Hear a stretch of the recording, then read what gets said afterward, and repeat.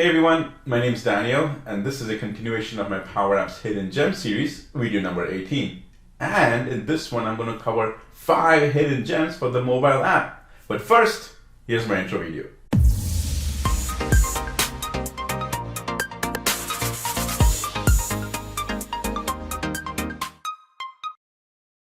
So before we get started, there's a few things I need to tell you. When I'll be talking about this app, I'm always going to break it down into 2 levels. One is at the user level, and then the other one is at the admin level. And the reason I say that is because certain amount of these settings can only be done by an admin, and the other ones can be done by a user. So I'm going to break it down into these 2. Second thing is we're going to do everything through something called as PowerShell ISE, which also stands for Integrated System Environment. And that basically has a little section that opens up and you can paste your PowerShell, one line over there, and then you can just run it from there. And that makes it a lot more easier. Instead of you opening up a PowerShell command and you type it in or you paste it in, and when you hit enter, it disappears. And then you got to hit the up arrow to find it again. The ISE basically shows your command as a text over there, and then you can also go and save it as a PS1 file. So I personally love the PowerShell ISE, and that's what I'm going to be using over here. Also, before doing all of this, you need to have the Power Apps or the Power Platform script module already installed. And I put the link down over here, and I'll kind of show it to you in a quick second, but I'm not going to help you install it. It's pretty simple, pretty straightforward. The only thing is, before you do it, you need to have local admin access on your machine because it adds and does an installation. So you'll have to have that done ahead of time, all right? So these were the 3 important things, which are basically prerequisites. Now, having done all of that, let's go and jump into the first one, which is going to have an add featured app.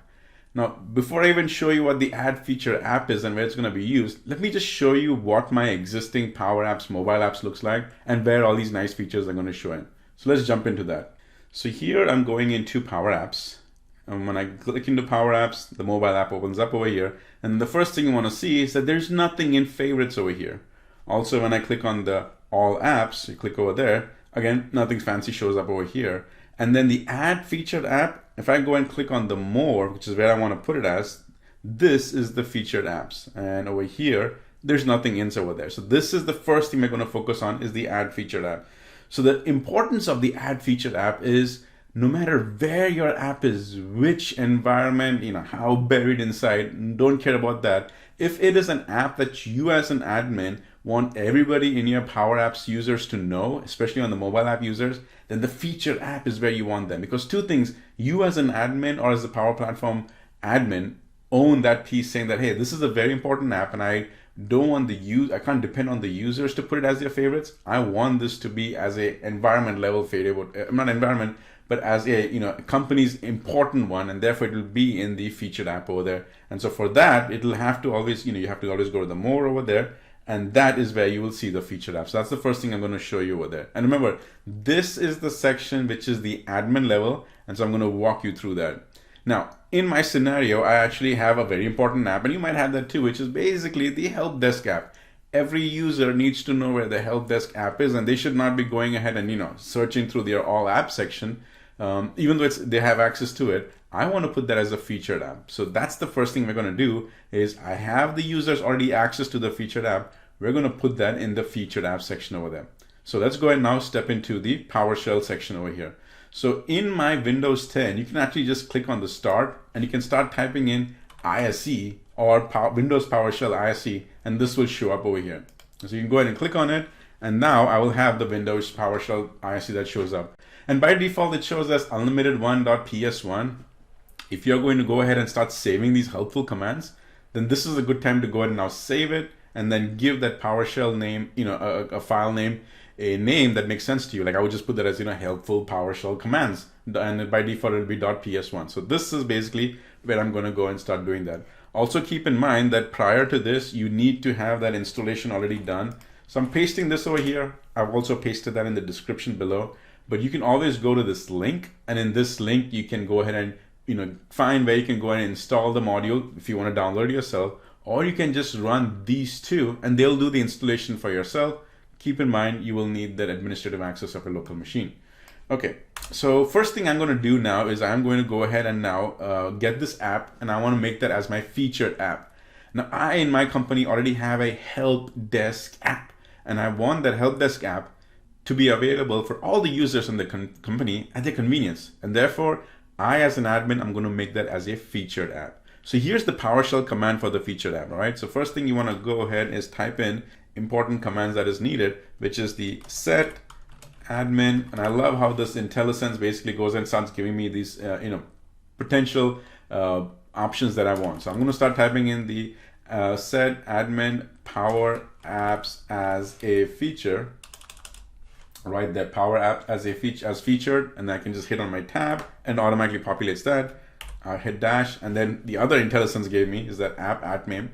Perfect. So now I need to go ahead and get the app name. Now here where things get a little confusing. When you think about the app name, you're going to think about, oh, Daniel said his app name is help desk, so that's the app name. And that's not the app name that the PowerShell wants. PowerShell wants the unique identifier of the apps. And that kind of makes sense, right? Because I could have multiple apps called help desk, and actually Power Apps doesn't even care. It'll allow me to add multiple apps with help desk because it identifies it uniquely based on that unique identifier. So kind of wanted to bring that out and just make it clear because the name in our human mind might say that, oh, that's text. But from the Power Apps command module standpoint, it's actually an identifier. So let's go and get that identifier. So I go in now to my Power Apps, and I know that that app of mine, the help desk app, is actually in my dev environment. So let's go into the dev environment, click on all apps, and I'll just search for my help desk, okay? And there it is, it's the help desk. Click on the ellipsis, go to details, and right here is the app ID. That's the name that I need, all right? And that highlighted, did a Control C.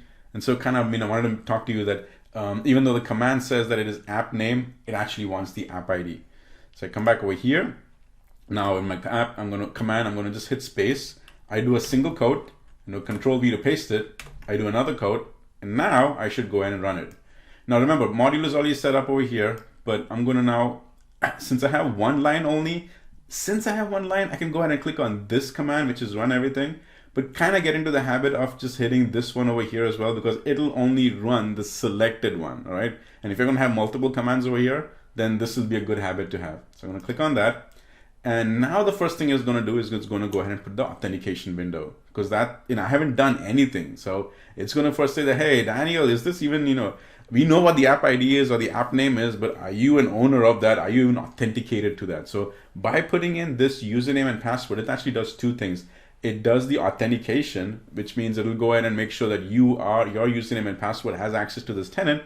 And it also does the authorization, that are you authorized to even see that app? So I love this feature, and I kind of intentionally put that in as an example. Already went ahead and put in the credentials, and now as you can see, it went and ran the script over there. Once I did the credentials, it's pretty fast. So a couple of things you want to see over here. First of all, it did it, but Daniel, I'm new over here. So did it actually run? And I'll give you a few hints that you want to look at. First of all, this code 200, from the PowerShell standpoint, 200 is a big thumbs up. You've gone ahead and actually successfully done that. When you see 200, that is success, that's a thumbs up. So it actually went ahead and did that successfully. But there's only one way you and I, as an end user or as a maker, can understand is, let's just go to Power Apps and see, did it work? So I'm going to go back to my helpful screen over here, and we're going to take a look. All right, so we're back into the Power Apps. I'm going to actually go ahead and close my Power App, come back in over here, and now again, it's not a favorite app that we worked on, it was a featured app. So now first thing is I always go ahead and just do a refresh. And then on the bottom right, I click on more. So I clicked on more. And now I just click on the featured app.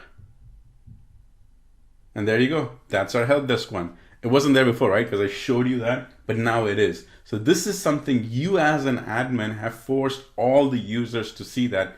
And having featured apps is a very important reason for you to do that, because it's those important apps that everybody needs to do. But there's another thing I want to show you in this featured apps is it's not just bound by one app. You can go ahead and add multiple featured apps over there. So another really helpful app that I want everybody to see is, and you've already guessed it, a timesheet app. So let's go and do the exact same thing for the timesheet. So I'm going to come back over here, and now my timesheet is actually in a completely separate environment. So I come over there to that environment. I go ahead and now do a quick search for that. It's timesheet, got it, timesheet app, select that, go to details, grab the app ID.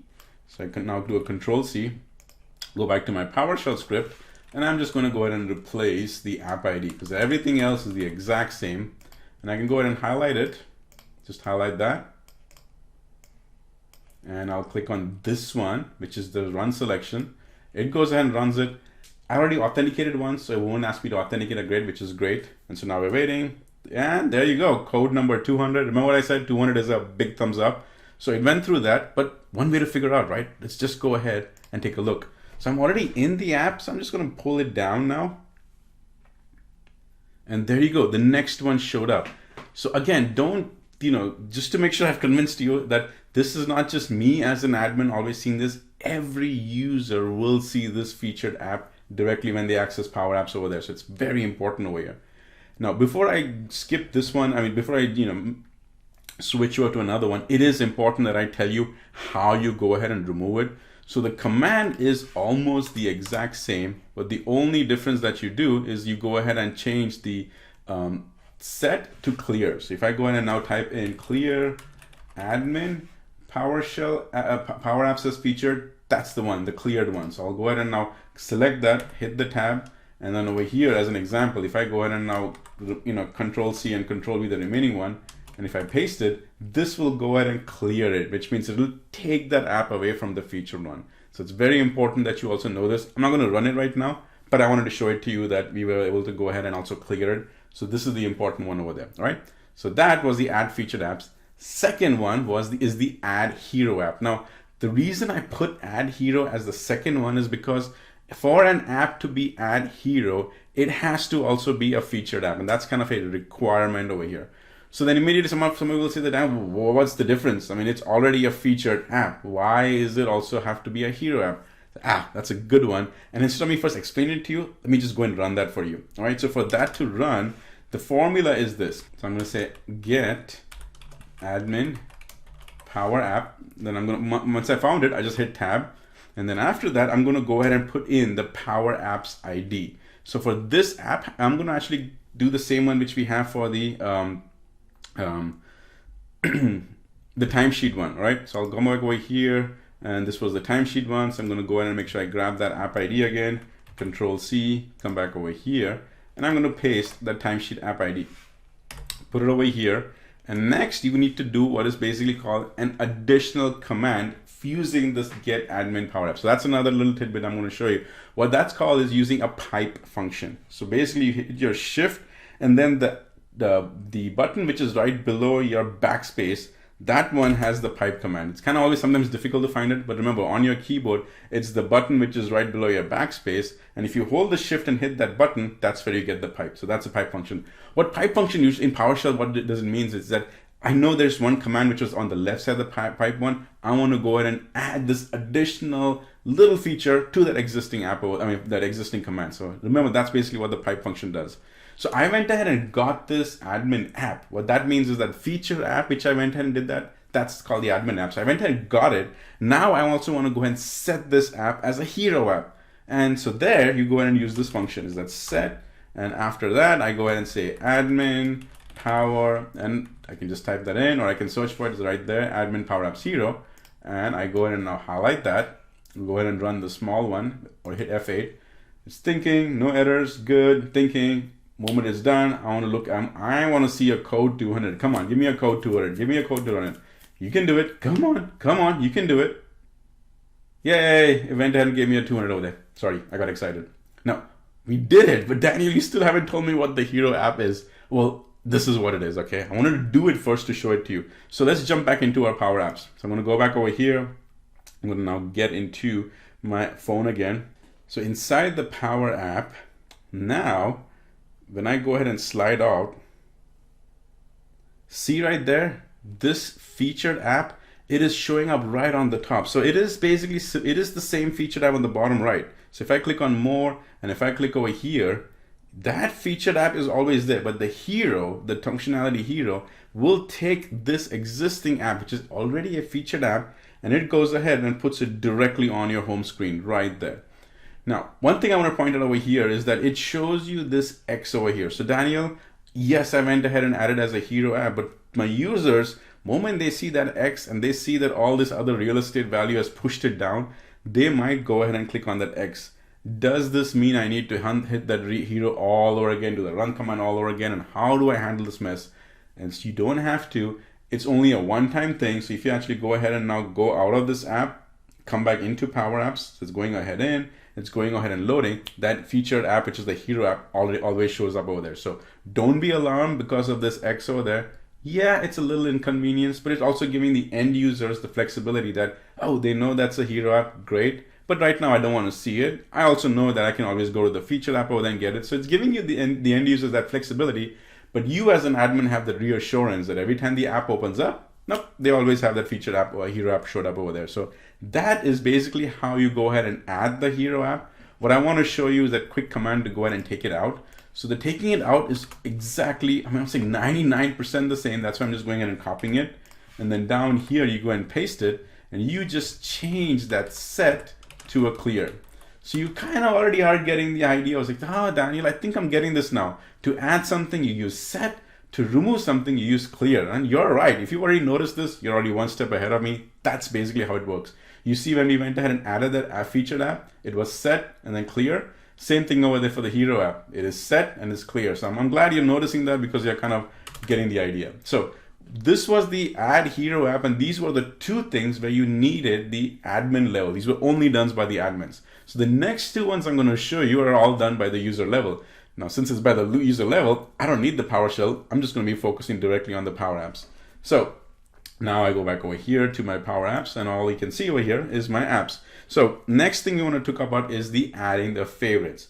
So adding the favorites is completely at your user, and you as the user have command over it, which means whatever are your favorites, you are the only ones you will see them listed in your own app section.